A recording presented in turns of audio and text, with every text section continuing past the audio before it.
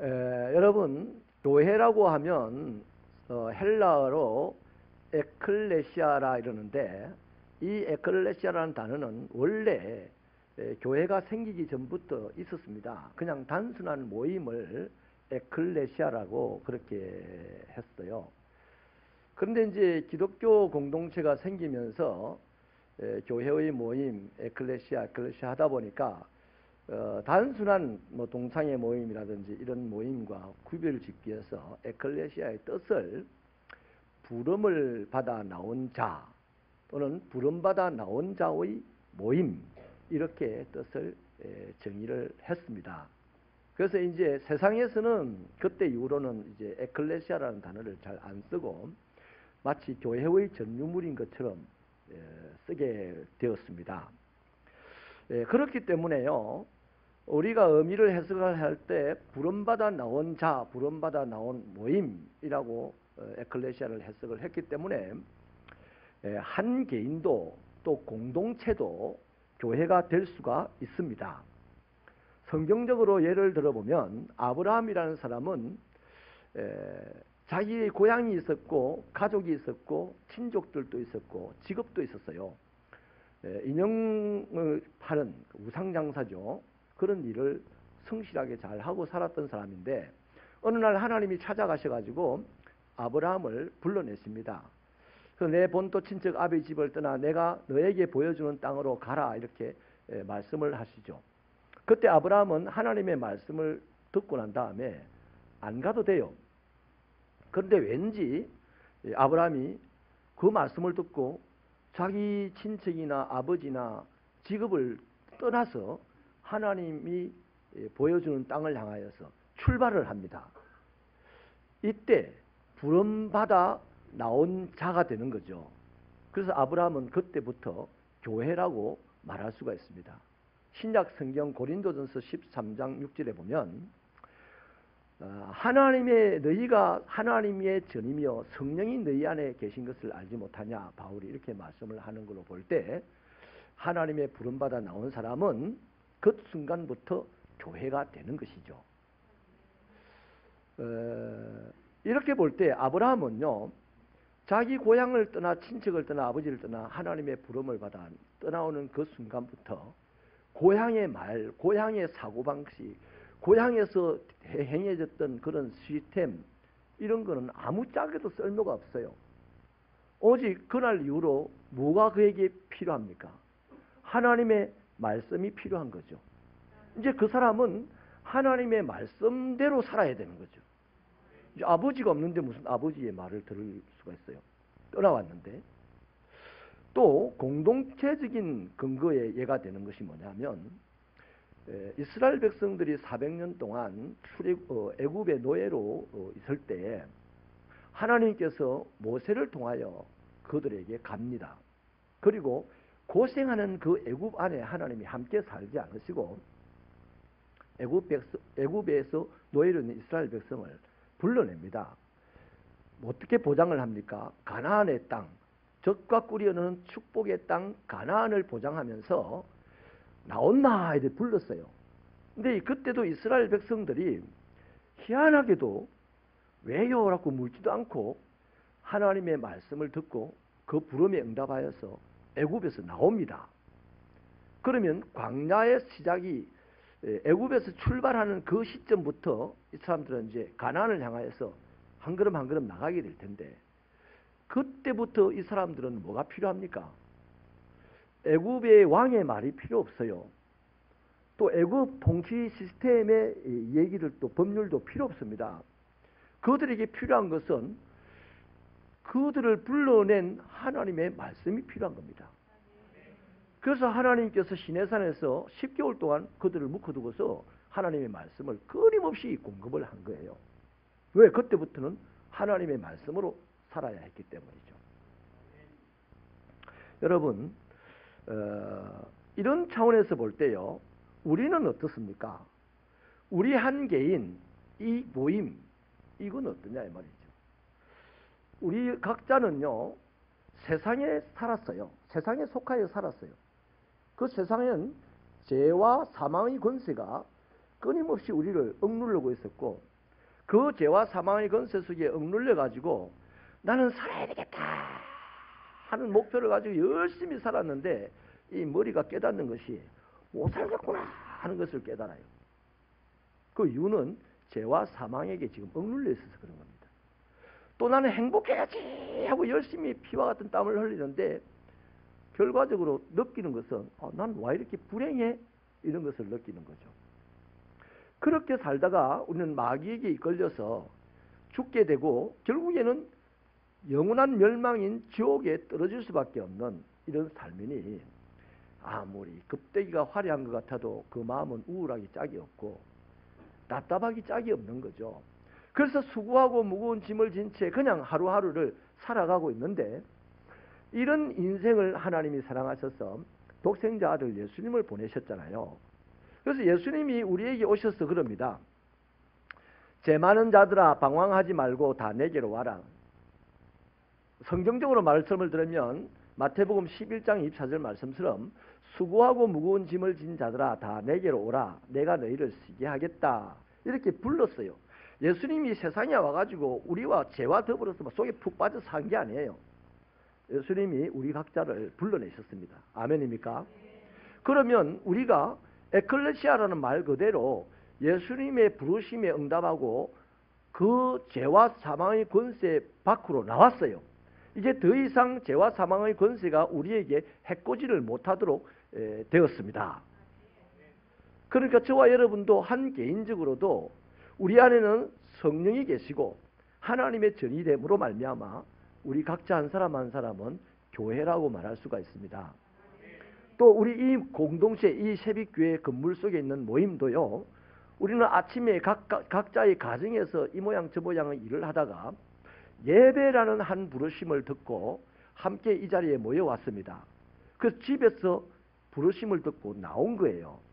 누구에게로? 하나님에게로. 아멘이십니까? 그러므로 우리 이곳은 에클레시아, 교회가 되는 것이죠. 자, 그러면 여러분, 하나님의 부르심을 받고 내가 그때까지 있던 장소에서 벗어나 나왔다면 그것이 개인이든 모임이든 공동체든 간에 그 안에는 반드시 무엇이 필요합니까? 하나님의 말씀이 필요한 거예요. 어떤 것보다도 말씀이 필요한데 오늘 우리 한번 반성해 봐야 됩니다. 그 안에 말씀보다 더 필요하다고 생각되는 것들, 그냥 외교적으로는 하나님의 말씀이 가장 중요하고 하나님의 말씀이 내 인생에, 하나님의 말씀이 우리 가정에, 하나님의 말씀이 우리 교회에 필요합니다라고 외교적으로는 말하지만 실질적으로는 우리 가정에 돈이 필요합니까? 명예가 필요합니까? 권력이 필요합니까? 즐거움이 필요합니까? 나 한 개인의 심령에 자존심이 필요합니까? 권력이 필요합니까? 거기에 대한 답을 말하려면 우리 사람끼리는 참 민망해서 답을 할 수가 없지만 하나님 앞에서는 하나님의 말씀이 아니고요. 저는 명예가 필요하고 권세가 필요하고 돈이 필요하고 즐거움이 필요합니다. 다 이럴 것이 틀림없어요. 솔직하게 인정하시면 아멘 하십시다. 부끄럽지만 그럴 수밖에 없죠. 아무튼 오늘 성경 말씀에 의하면 교회는 반드시 하나님의 말씀이 필요합니다. 하나님의 말씀의 인도를 받아야 됩니다. 이 말씀이 필수적이라는 사실을 본문은 한마디로 말하고 있는데요. 15절 하반절에 보면 이 집은 살아계신 하나님의 교회요 진리의 기둥과 터다 이럽니다. 여러분, 기둥이 변하지 않고 흔들리지 않고 막 상하지도 않고 이렇게 있으면 지나가던 사람이 거기 다 기대고 쉴 거예요. 그런데 기둥이 막 썩는 소리가 씩씩 나면서 뭐 부식물이 떨어지기 시작하고 한쪽은 푹 파여 있고 이런 기둥 밑에 가서 사람이 이렇게 기대고 아이고 좀 쉬었다 가야 되겠다, 하룻밤 자고 가야 돼, 이런 사람은 없을 거예요. 터가 말이죠. 막 요동을 치고 지진이 일어난 것처럼 흔들거리는데 거기에 집 지으려는 사람 하나도 없을 거예요. 그게 뭔 얘기냐면 교회는 진리의 기둥과 진리의 터라는 이 말에는요 어마어마하게 우리에게 중요한 바로 하나님의 말씀, 진리인 하나님의 말씀이 우리 각자의 심령에, 우리 각 가정에, 우리 교회에 너무나 중요하다 이 말입니다. 아멘이십니까? 그걸 역사적으로 예를 좀 들어보면요. 에베소라는 도시는 당시에 아시아에서 최고로 큰 도시입니다. 그러니까 지방에서 또 세계 각지에서 청운의 뜻을 품고 에베소로 엄청나게 몰려들었습니다. 사람이. 거대 도시였거든요. 얼마나 도시가 거대했던지요. 아르테미 신전이라고 해가지고 지금도 세계 7대 불가사의 건물 중에 하나가 거기 있습니다. 그 당시 그 에베소는 어마어마하게 큰 도시였습니다. 그런데 그 도시의 지배 계층들이 있는데 누구냐면 장사하는 부호들입니다. 장사하는 사람들과 그 다음에 신전에 종사하는 사람들이었어요. 여러분, 그 신전에 종사하는 사람들은 대체로 다 장녀라고 말합니다. 장녀. 그러니까 그 당시 아르테미 신전에서 신을 섬기는 사람들은, 다시 말하면 에베소의 의식은 신전에 가가지고 성관계를 맺음으로써 그들의 신을 즐겁게 해서 그들의 신이 흥분해가지고 막 이성을 잃어버리고 막 비를 내려주고 막 이래서 이 땅이 잘 되기를 바라는 그런 개념의 신이었습니다. 그러니까 여러분, 사실 전 세계의 사람들이요, 최고로 즐거운 도시, 합법적으로 막 쾌락에 빠져도 되는 도시, 또 돈을 엄청나게 물쓰듯 쓰는 도시니까 동경할 수밖에 없는 그런 도시죠. 그런데 그런 도시일수록 막상 속에 들어가 보면 이제 지배하는 세력은 돈 많은 사람, 그 다음에 신전에서 일하는 사람들밖에는 살만한 동네, 세상적으로 살만한 동네가 못 되고 나머지는 전부 다 괴로움을 당할 수 있는, 점점 가난해지고 신전에는 돈이 없어서 갈 수도 없고 신전에 가야 즐길 텐데. 그래서 돈 많은 부자들과 신전에 종사하는 이 사람들이 결탁이 되어가지고 에베소를 이제 좌지우지하고 있으니까 보통 사람들은 갈수록 살기가 힘이 든 겁니다. 근데 사실을 다 까놓고 얘기를 하면 거기에 모인 모든 사람들은 다 권력과 명예와 돈과 즐거움을 추구해서 그 동네에 모였어요. 근데 실패한 거지.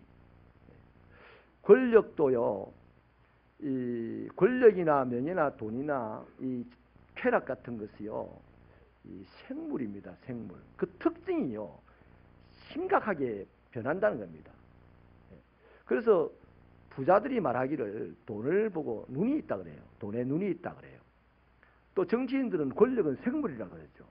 그래서 언제 어떻게 변할지 모르는 거잖아요. 근데 이 명예도 마찬가지입니다. 오늘은 내게 명예가 있었는데 그 명예가 삽시간에 저 사람한테 갈 수 있어요.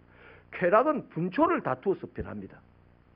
그러니까 이렇게 심각하게 변화무쌍한 이것을 추구하던 사람들이, 그것을 잡은 사람은 이제 아까 말했던 부호들과 신전에 종사하는 사람들 빼고는 나머지도 다 추구하다 다 낭만한 사람들입니다.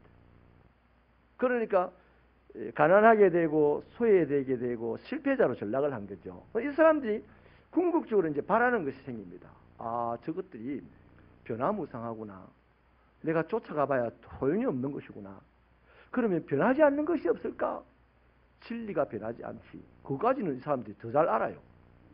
그래서 막연하게나마 변하지 않는 진리를 추구하는데 교회가 진리의 뭐다? 기둥이래요. 진리의 틀이에요. 지금까지 돈과 명예와 권력과 쾌락을 쫓아서 난리를 치며 따라가고 흔들리고 하던 사람들이 이제 낙오돼 버렸어요. 낙오된 사람들이 정신을 차리고 딱 보니까 흔들리지 않는 곳이 있더라 이거예요. 우뚝 솟아서 변함없이 그 자리에 있는 것이 있더라 이거예요. 그게 뭐다? 교회더라 이겁니다. 그래서 에베소 교회는 그런 사람들이 하나둘 모여들기 시작해가지고 성장을 하게 됩니다. 그래서 사람들이 점점 많아지니까 이제 거기서 해야 될 일도 많아지잖아요. 또 섬겨야 할 일도 많아집니다. 그래서 이 사실을 목회자였던 디모데가 개척자였던 바울에게 알리는 거예요. 그래서 바울이 그렇지, 섬길 만한 일꾼들을 뽑아야 되니까 감독은 이런 사람을, 집사는 이런 사람을 뽑아야 된다 하고 이제 상세하게 가르쳐주면서 왜 자기도 가고 싶은 거예요. 나도 그 에베소 교회에 가서 일꾼을 세울 때 함께 참여하고 그 영광스럽고 행복한 모습을 보고 싶다. 그런데 오늘 우리가 여기 또 보면은, 그런데 이 바울은요 변수가 많은 사람입니다. 낯설은 곳에 가서 복음을 전하기 때문에 그 당시 교통의 문제도 있고 약속된 장소에 약속된 시간에 도착한다는 것은 일정상 거의 불가능하거든요. 거기다가 바울은 언제 죽을지도 모르는 사람이에요. 그래서 이런 병고가 있을 수 있으니까 디모데야, 내가 속히 가서 그 일에 함께 참여하고 싶지만 내가 당도하지 못할지라도 때가 되면 그 일을 행하여라. 이렇게 말하는 겁니다. 그러면서 왜냐하면 나는 있으나 없으나 내가 비록 개척자고 영향력도 있는 사람이지만 나는 거기 있으나 없으나 그렇게 중요하지 않고 반드시 있어야 되고 없으면 절대로 안 되는 것이 있으니 그것이 바로 진리다. 이 말이에요. 그래서 교회에 하나님에게 부름받고 나온 예수 믿는 사람들에게 없으면 안 되는 것이 변하지 않는 하나님의 말씀이다. 이 말이에요. 돈은 없어도 돼요. 있으면 좋겠지. 권력 있으면 좋겠지. 명예가 있으면 좋겠지. 내 인생의 즐거움이 있으면 좋겠지요. 그러나 그것이 꼭 필요한 것은 아니다 이 말이죠. 꼭 필요한 것은 뭐다? 하나님의 말씀이라는 것입니다. 그래서 여러분 저는요 이 부분에 있어서 오늘 이 시대를 살아가고 있는 교회도 성도도 다 없다 할지라도 하나님의 말씀이 그 안에 있으면 그는 모든 것을 할 가능성이 있는 사람이 되는 것이에요. 그러나 돈이 있고 명예가 있고 권력이 있고 건강이 있고 뭐 즐거움이 자기 인생에 있다 할지라도 그 안에 하나님의 말씀이 없으면 그 명예, 권세, 돈, 권력 다 별로 부질없는 겁니다. 그 잃어버리는 날 변하지 않는 진리는 어디 없을까? 또 이거 하는 거거든요. 사랑하는 여러분, 이런 차원에서 저는 우리 새비교회에 말씀이 2018년 동안에 충만하게 있길 바랍니다. 그냥 말씀이요 조금 목사님 내가 예수를 평생 믿었는데 그런 말씀이 없을까요? 그래 평생 믿었는데 왜 이 정도입니까? 말씀이 있는데 왜 조그만한 일에 불쾌해하고 말씀이 있는데 왜 조그만한 일에 두려워하고 말씀이 있는데 왜 조그만한 일에 토라지고 이럽니까? 왜 그럴까요? 말씀이 없어서가 아니에요. 말씀이 따라합시다. 많이 없었구나. 내 안에 말씀이 가득 차게 되는 2018년 되기를 바랍니다. 여러분 우리가 솔직한 얘기로 우리 안에 말씀이 있긴 있어요. 근데 그 말씀을 따라서 내가 사랑을 베풀고 싶은데 입으로도 베풀 수 있고 눈으로도 베풀 수 있고 손으로도 베풀 수 있어요. 눈으로 베푸는 것은 내가 만나는 사람을 따뜻한 시선으로 이렇게 봐주는 거죠. 이제 안 째려보고. 근데 내 안에 말씀이 있어서 사랑을 베풀어야 된다는 건 알아요. 근데 우리는 상대에게 사랑을 베풀지 못하고 팍 째려볼 때가 엄청 많아요. 왜 그럴까요? 이 말씀이 눈으로 나오지 않았기 때문에요. 말씀이 여기까지밖에 안 차 있는데 어떻게 이렇게 나옵니까? 말씀이 여기까지 차서 입으로 나올 때 그 입에서 나오는 말은 축복이 됩니다. 저주를 잘하던 사람도 하나님의 말씀이 이렇게 차버리면요.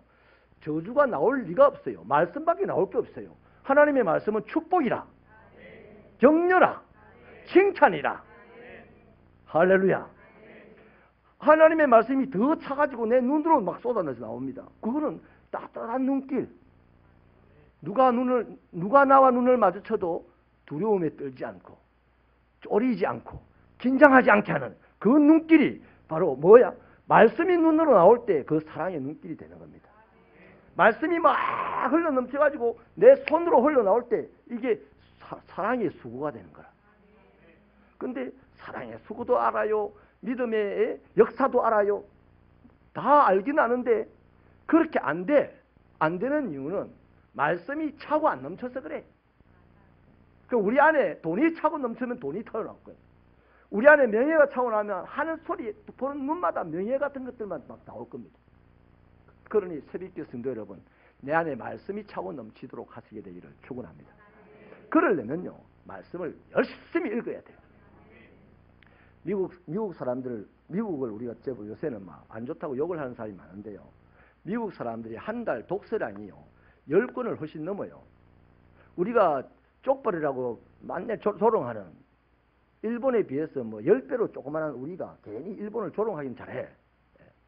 근데 일본, 그렇게 조롱하는 일본은요, 한 달에 6권 이상 읽어요. 우리가 정말 더럽고 지저분하다고 욕하는 얕보는 중국 사람들 한 달에 3권 이상 읽어요. 대한민국 국민들 한 달에 책을 몇 권 읽을까요? 통계조사에 의하면 1.6권 읽는답니다. 그만큼 책을 안 읽는데요. 그러면 새벽기도 성도 여러분, 우리는 지금 여러 사람, 여러 모임에 걸쳐서 하나님과 관련된, 하나님에게 부름을 받은 사람 교회는 말씀이 있어야 된다고, 말씀으로 살아야 된다고 그렇게 지금 우리가 확실하고 지금 아멘하고 나가는데, 우리 성경을 1년에 몇 번 읽어요? 그렇게 말씀이 중요하다고 말하면서도 정작 하나님 말씀을 몇 번 읽어서 내 안에 채우냐 이 말이에요. 기름을요, 만땅을 넣으면 넉넉하게 다닙니다. 근데 기름을 7,000원치만 넣고 가다가 우짝우짝 이래고 하면 얼마나 깝깝하겠어요. 하나님의 말씀이 충만하도록, 입으로 눈으로 손으로 흘러 넘치도록 하나님의 말씀을 많이 읽으시는 2018년 되시기를 바랍니다.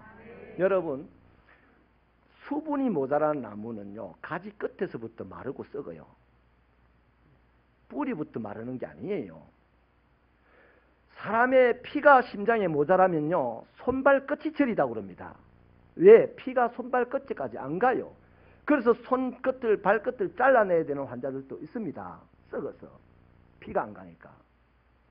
그러면 우리가 말이죠, 우리가 봉사도 하고 전도도 하고 기도도 하고 예배도 하고 뭐 선교화도 하고 하나님의 의로운 일들을 많이 하고 있는데, 말씀이 가득 차지 않고 기도하고, 말씀이 가득 차지 않고 선교하고, 말씀이 가득 차지 않고 봉사하고, 말씀이 가득 차지 않고 예배를 드리려니 그 예배와 선교와 봉사와 기도가 얼마나 힘들겠냐 이 말이에요.